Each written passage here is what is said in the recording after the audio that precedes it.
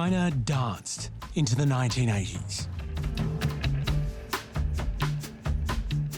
Almost all forms of dancing had been banned during the Cultural Revolution.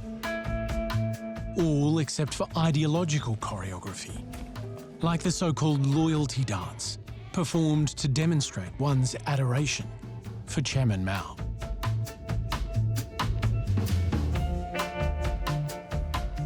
But in the 80s, they danced for dancing's sake.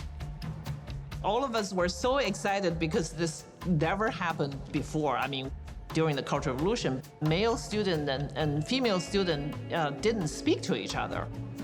One of my roommates actually handmade some bell-bottoms pants for 4 of us. And so we all went to the dance wearing those bell-bottoms, and we were a real hit.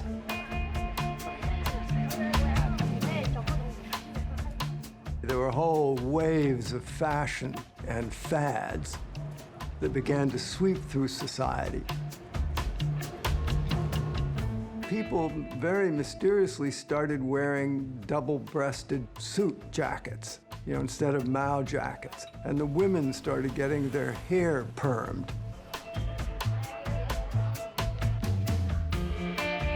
And then discos hit. It was one thing after another, which made old-fashioned Marxist-Leninists say, oh boy, there goes the neighborhood. The 1980s was a decade for the young. 2/3 of China's population was under 30.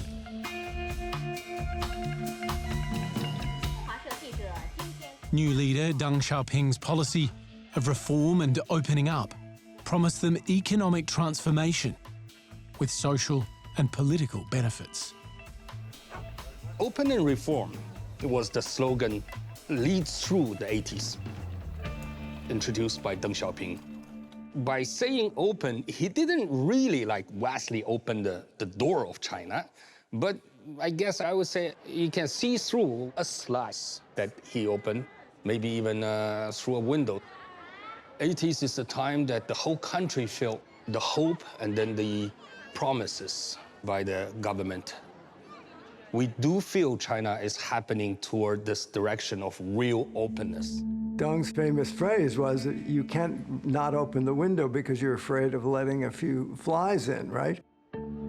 He could see that China would not be able to modernize if it didn't end the Maoist extremism and open up the way it did during the 1980s.